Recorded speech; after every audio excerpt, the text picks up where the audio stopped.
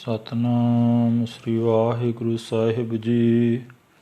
ਕਿਆ ਪੜ੍ਹੀਐ ਕਿਆ ਗੁਣੀਐ, ਕਿਆ ਵੇਦ ਪੁਰਾਨਾ ਸੁਣੀਐ। ਪੜ੍ਹੇ ਸੁਨੇ ਕਿਆ ਹੋਈ, ਜੋ ਸਹਿਜ ਨਾ ਮਿਲਿਓ ਸੋਈ।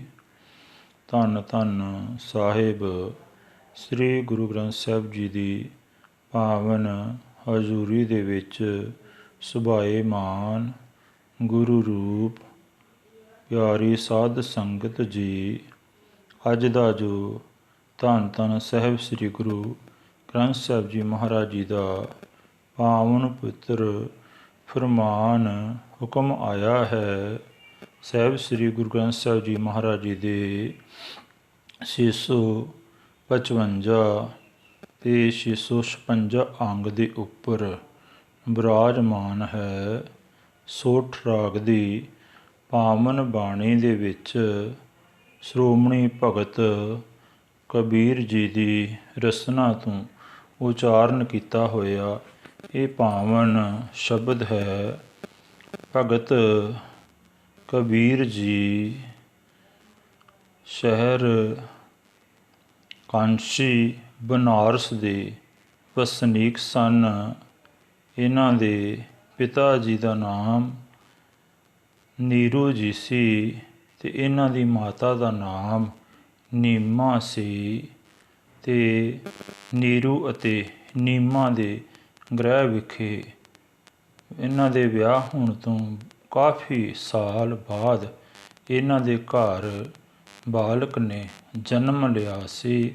ਕਾਫੀ ਸਾਲਾਂ ਬਾਅਦ ਭਗਤ ਜੀ ਦਾ ਇਹਨਾਂ ਦੇ ਗ੍ਰਹਿ ਵਿਖੇ ਜਿਹੜਾ ਸੀ ਜਨਮ ਹੋਇਆ ਅਤੇ ਛੋਟੀ ਉਮਰ ਦੇ ਵਿੱਚ ਹੀ ਇਹ ਕਬੀਰ ਜੀ ਜਿਹੜੇ ਸਨ ਇਹ ਬਹੁਤ ਘੱਟ ਰੋਂਦੇ ਸਨ ਅਤੇ ਹਰ ਵਕਤ ਮੁਸਕਰਾਉਂਦੇ ਹੱਸਦੇ ਰਹਿੰਦੇ ਸਨ। ਅਤੇ ਨੀਰੂ ਅਤੇ ਨੀਮਾ ਜੀ ਨੇ ਇਹਨਾਂ ਦਾ ਨਾਮ ਕਬੀਰ ਰੱਖਿਆ। ਕਬੀਰ ਦਾ ਅਰਥ ਹੁੰਦਾ ਹੈ ਕਿ ਵੱਡਾ, ਕਿਉਂਕਿ ਸਿਆਣਿਆਂ ਵਾਂਗ ਮੁਸਕਰਾਉਂਦਾ ਅਤੇ ਹੱਸਦਾ ਸੀ। ਇਸ ਵਾਸਤੇ ਲਾਡ ਦੇ ਨਾਲ ਹੀ ਇਹਨਾਂ ਦਾ ਨਾਮ ਜਿਹੜਾ ਸੀ ਨੀਰੂ ਨੇ ਅਤੇ ਨੀਮਾ ਨੇ ਇਹਨਾਂ ਦਾ ਨਾਮ ਕਬੀਰ ਰੱਖ ਦਿੱਤਾ। ਹੌਲੀ ਹੌਲੀ ਸਮੇਂ ਦੇ ਨਾਲ ਕਬੀਰ ਜੀ ਰਿੜਨ ਤੋਂ ਤੁਰਨ ਲੱਗ ਪਏ ਅਤੇ ਜਦੋਂ ਤੁਰਦੇ ਸਨ ਅਤੇ ਤੋਤਲੀ ਜ਼ੁਬਾਨ ਦੇ ਨਾਲ ਬਚਨ ਗੱਲਾਂ ਕਰਦੇ ਸਨ, ਬੋਲਦੇ ਸਨ।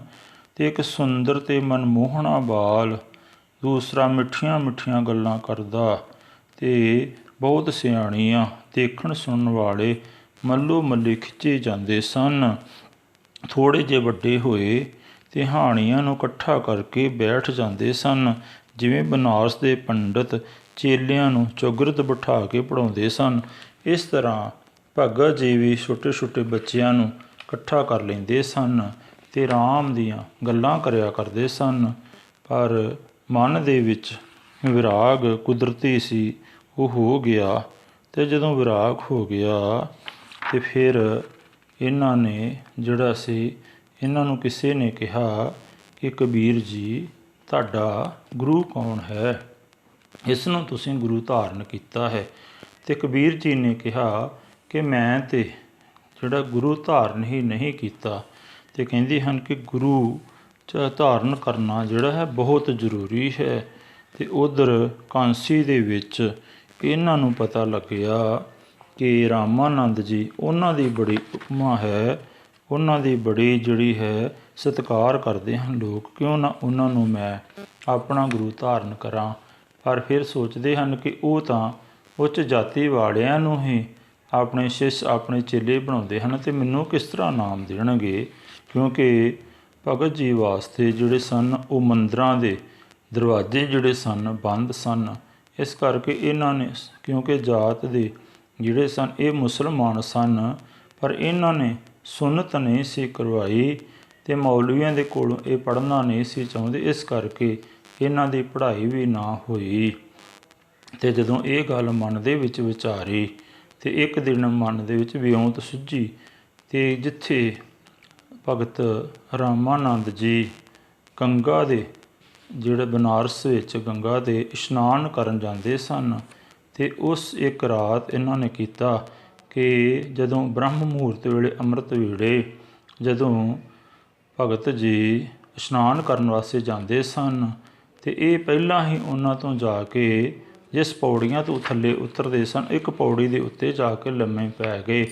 ਜਦੋਂ ਭਗਤ ਰਾਮਾਨੰਦ ਜੀ ਇਸ਼ਨਾਨ ਕਰਨ ਵਾਸਤੇ ਆਏ ਅਤੇ ਇਹਨਾਂ ਨੂੰ ਹਨੇਰੇ ਦੇ ਵਿੱਚ ਪਤਾ ਨਾ ਲੱਗਿਆ ਅਤੇ ਜਿਹੜਾ ਸੀ ਇਹਨਾਂ ਦੇ ਨਾਲ ਉਹਨਾਂ ਦਾ ਪੈਰ ਟਕਰਾ ਗਿਆ। ਅਤੇ ਜਦੋਂ ਪੈਰ ਟਕਰਾਇਆ ਅਤੇ ਮਹਿਸੂਸ ਕੀਤਾ ਕਿ ਇਹ ਤਾਂ ਕੋਈ ਪ੍ਰਾਣੀ ਹੈ, ਕੋਈ ਇਨਸਾਨ ਹੈ, ਅਤੇ ਆਪਣੇ ਸੁਭਾਅ ਦੇ ਮੁਤਾਬਕ ਕਹਿਣ ਲੱਗੇ, ਰਾਮ ਕੇ ਉੱਠੋ ਰਾਮ ਕਹੋ, ਰਾਮ ਕੇ ਉੱਠੋ ਰਾਮ ਕਹੋ। ਬਸ ਇੰਨੀ ਗੱਲ ਕਹਿਣ ਦੇ ਨਾਲ ਹੀ ਭਗਤ ਕਬੀਰ ਜੀ ਆਨੰਦਿਤ ਹੋ ਗਏ। ਰਾਮ ਰਾਮ ਰਾਮ ਰਾਮ ਜਪਣ ਲੱਗ ਪਏ। ਇਹਨਾਂ ਨੇ ਰੂਪ ਧਾਰਨ ਕੀਤਾ। ਚਲੋ ਜ਼ਿਆਦਾ ਸਮਾਂ ਨਾ ਲਈਏ। ਜੋ ਅੱਜ ਦਾ ਪਾਵਨ ਬਚਨ ਆਇਆ ਹੈ ਉਹਦੇ ਵਿਚਾਰ ਕਰਦੇ ਹਾਂ ਕਿ ਵੇਖਦੇ ਹਾਂ ਕਿ ਭਗਤ ਜੀ ਇਸ ਪਾਵਨ ਸ਼ਬਦ ਦੇ ਵਿੱਚ ਕੀ ਫਰਮਾਨ ਕਰਦੇ ਹਨ। ਭਗਤ ਜੀ ਕਹਿ ਰਹੇ ਹਨ, ਕਿਆ ਪੜ੍ਹੀ ਹੈ ਕਿਆ ਗੁਣੀ ਹੈ। ਆਪਣੇ ਵਿਹਾਰਕ ਕਾਰਜਾਂ ਦੀ ਸਿੱਧੀ ਲਈ ਗ੍ਰੰਥਾਂ ਦੇ ਪੜ੍ਹਨ ਦਾ ਕੀ ਲਾਭ ਹੈ, ਕਿਆ ਗੁਣੀ, ਅਤੇ ਉਹਨਾਂ ਨੂੰ ਵਿਚਾਰਨ ਦਾ ਕੀ ਲਾਭ ਹੈ। ਕਿਆ ਵੇਦ ਪੁਰਾਣਾ ਸੁਣੀਆਂ, ਵੇਦ ਪੁਰਾਣਾਂ ਦੇ ਸੁਣਨ ਦਾ ਕੀ ਲਾਭ ਹੈ ਜੇ ਵਾਹਿਗੁਰੂ ਦਾ ਨਾਮ ਦਾ ਸਿਮਰਨ ਨਹੀਂ ਕੀਤਾ। ਅਤੇ ਕਿਉਂਕਿ ਸਾਹਿਬ ਸ੍ਰੀ ਗੁਰੂ ਨਾਨਕ ਦੇਵ ਜੀ ਆਪਣੀ ਪਾਵਨ ਬਾਣੀ ਦੇ ਵਿੱਚ ਫਰਮਾਨ ਕਰਦੇ ਹਨ, ਪੜ੍ਹਿਆ ਸੁਣੀਐ ਮਨ ਰੱਖੀਐ ਭਾਉ, ਦੁੱਖ ਪਾਰ ਹਰ ਸੁੱਖ ਕਰ ਲੈ ਜਾਏ। ਗੁਰੂ ਨਾਨਕ ਦੇਵ ਜੀ ਕਹਿੰਦੇ ਹਨ ਕਿ ਪੜ੍ਹਨਾ ਕਿਸ ਤਰ੍ਹਾਂ ਹੈ, ਪੜ੍ਹੀਐ ਸੁਣੀਐ। ਪੜ੍ਹਨਾ ਵੀ ਆਪ ਹੈ ਅਤੇ ਸੁਣਨਾ ਵੀ ਆਪ ਹੈ। ਪੜ੍ਹੀਐ ਸੁਣੀਐ ਮਨ ਰੱਖੀਐ ਭਾਉ, ਮਨ ਦੇ ਵਿੱਚ ਉਹ ਪਰਮਾਤਮਾ ਵਾਸਤੇ ਗੁਰੂ ਵਾਸਤੇ ਪਿਆਰ ਰੱਖ ਕੇ ਬਾਣੀ ਨੂੰ ਪੜ੍ਹਨਾ ਹੈ। ਕਿਉਂਕਿ ਬਾਣੀ ਜਿੰਨੀ ਅਸੀਂ ਪੜ੍ਹਾਂਗੇ ਉਹਨਾਂ ਸਾਨੂੰ ਗਿਆਨ ਜਿਹੜਾ ਹੈ ਪ੍ਰਾਪਤ ਹੁੰਦਾ ਹੈ। ਗਿਆਨੀ ਬਾਣੀ ਦੇ ਨਾਲ ਹੀ ਸਾਨੂੰ ਸਮਝ ਆਉਂਦੀ ਹੈ ਕਿ ਪਰਮਾਤਮਾ ਦਾ ਸਿਮਰਨ ਕਰਨਾ ਚਾਹੀਦਾ ਹੈ।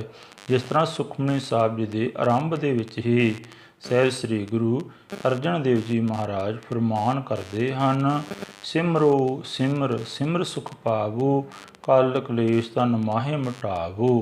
ਅਤੇ ਸਾਹਿਬ ਕਹਿੰਦੇ ਹਨ ਕਿ ਉਸ ਪਰਮਾਤਮਾ ਨੂੰ ਸਿਮਰੋ, ਕਿਉਂਕਿ ਇਹ ਪੜ੍ਹਨ ਦੇ ਨਾਲ ਹੀ ਪਤਾ ਚੱਲਦਾ ਹੈ ਕਿ ਉਹਨੂੰ ਪਰਮਾਤਮਾ ਨੂੰ ਸਿਮਰਨਾ ਹੈ।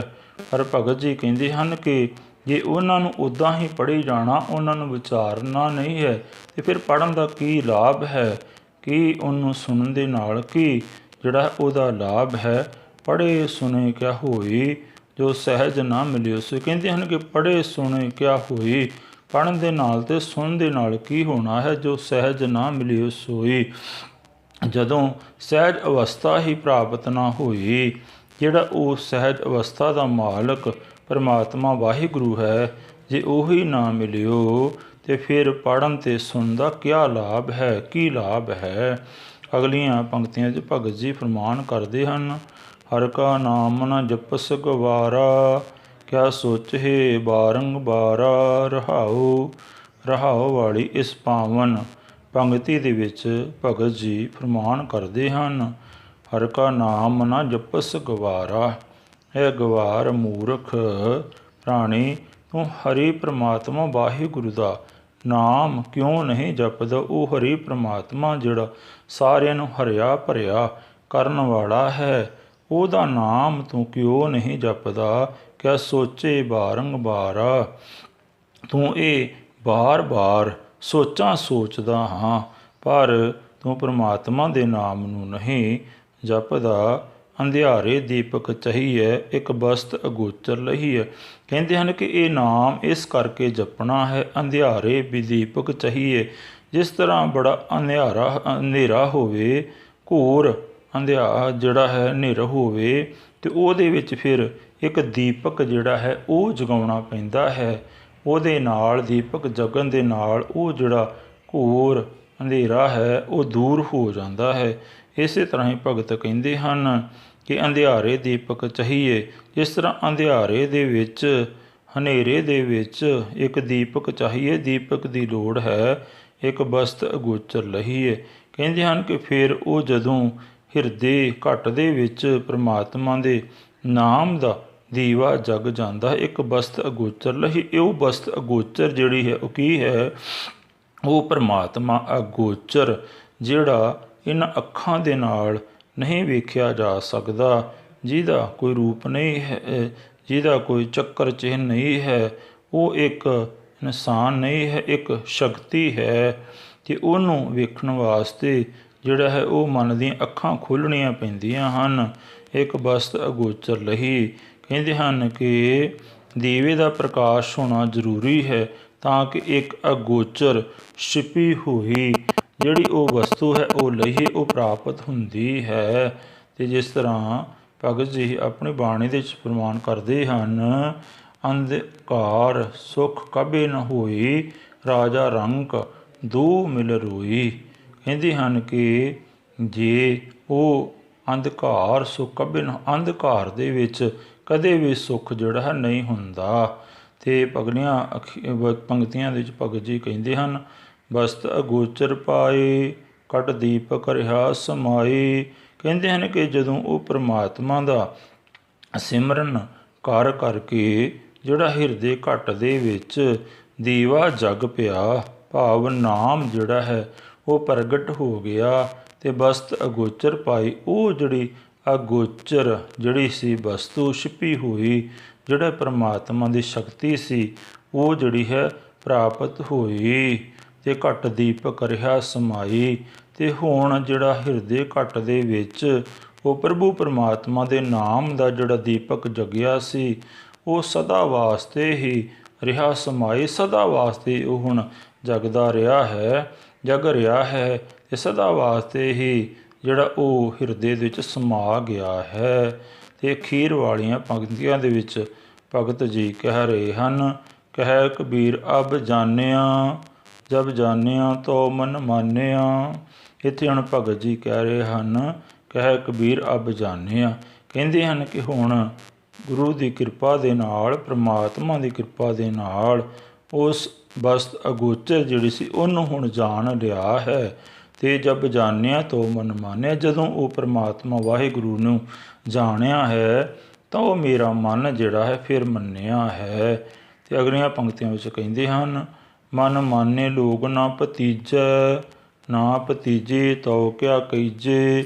ਕਹਿੰਦੇ ਹਨ ਕਿ ਅਸੀਂ ਤਾਂ ਉਹਨਾਂ ਨੂੰ ਮੰਨ ਲਿਆ ਹੈ, ਮਨ ਸਾਡਾ ਮੰਨ ਗਿਆ, ਮਨ ਮਾਨੇ ਲੋਕ ਨਾ ਭਤੀਜੇ, ਪਰ ਇਹ ਜਿਹੜੇ ਲੋਕ ਹਨ ਇਹ ਨਹੀਂ ਭਤੀਜੇ ਤੋਂ ਭਾਵ ਹੈ ਕਿ ਪ੍ਰਮਾਤਮਾ 'ਤੇ ਭਰੋਸਾ ਨਹੀਂ ਕਰਦੇ।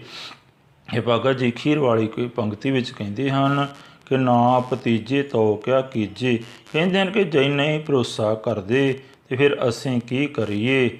ਇਹ ਤਾਂ ਪ੍ਰਮਾਤਮਾ ਨੂੰ ਪਾਉਣ ਵਾਸਤੇ ਉਹਦੇ ਉੱਤੇ ਬੜਾ ਵੱਡਾ ਪੂਰਨ ਭਰੋਸਾ ਰੱਖ ਕੇ ਫਿਰ ਭਗਤੀ ਜਿਹੜੀ ਹੁੰਦੀ ਹੈ, ਕਿਉਂਕਿ ਇੱਕ ਜਿਹੜਾ ਹੈ ਉਹ ਅੰਧੇਰੇ ਦੇ ਵਿੱਚ, ਹਨੇਰੇ ਦੇ ਰਸਤੇ ਤੁਰਨਾ ਪੈਂਦਾ ਹੈ। ਜਦੋਂ ਭਗਤੀ ਮਾਰਗ 'ਤੇ ਤੁਰੀਦਾ ਹੈ, ਇੱਕ ਅੰਧੇਰੇ ਦਾ ਰਸਤਾ ਜਿਹਦੇ ਉੱਤੇ ਤੁਰਨਾ ਪੈਂਦਾ ਹੈ। ਜਿਉਂ-ਜਿਉਂ ਭਗਤੀ ਕਰੀ ਜਾਈਏ, ਜਿਉਂ-ਜਿਉਂ ਪ੍ਰਮਾਤਮਾ ਦੇ ਨਾਮ ਸਿਮਰਨ ਦੇ ਵਿੱਚ ਜੁੜਦੇ ਜਾਈਏ, ਤਿਉਂ-ਤਿਉਂ ਜਿਹੜਾ ਹੈ ਉਹ ਪ੍ਰਕਾਸ਼ ਹੁੰਦਾ ਜਾਂਦਾ ਹੈ। ਅਤੇ ਕਹਿੰਦੇ ਹਾਂ ਕਿ ਜੇ ਨਹੀਂ ਮੰਨਦੇ ਲੋਕ ਅਤੇ ਫਿਰ ਅਸੀਂ ਕੀ ਕਰੀਏ। ਇਸ ਤਰ੍ਹਾਂ ਇਸ ਪਾਵਨ ਸ਼ਬਦ ਦੇ ਵਿੱਚ ਭਗਤ ਕਬੀਰ ਜੀ ਸਾਨੂੰ ਕਲਯੁਗੀ ਜੀਵਾਂ ਨੂੰ ਸਮਝਾਉਂਦੇ ਹਨ। ਸੋ ਬੋਲਦਿਆਂ ਚਾਲਦਿਆਂ ਇੱਕ ਨਹੀਂ ਅਨੇਕ ਪ੍ਰਕਾਰ ਦੀਆਂ ਗਲਤੀਆਂ ਭੁੱਲਾਂ ਤਰੁੱਟੀਆਂ ਰਹਿ ਜਾਂਦੀਆਂ ਹਨ। ਅਣਜਾਣ ਬੱਚੇ ਸਮਝ ਕੇ ਮਾਫ਼ ਕਰਨਾ ਸੰਗਤ ਗੁਰੂ ਬਖਸ਼ਣ ਯੋਗ ਹੈ। ਕਿਰਪਾ ਕਰਕੇ ਸਾਰੀਆਂ ਸੰਗਤਾਂ ਨੇ ਬਖਸ਼ ਲੈਣਾ ਜੀ।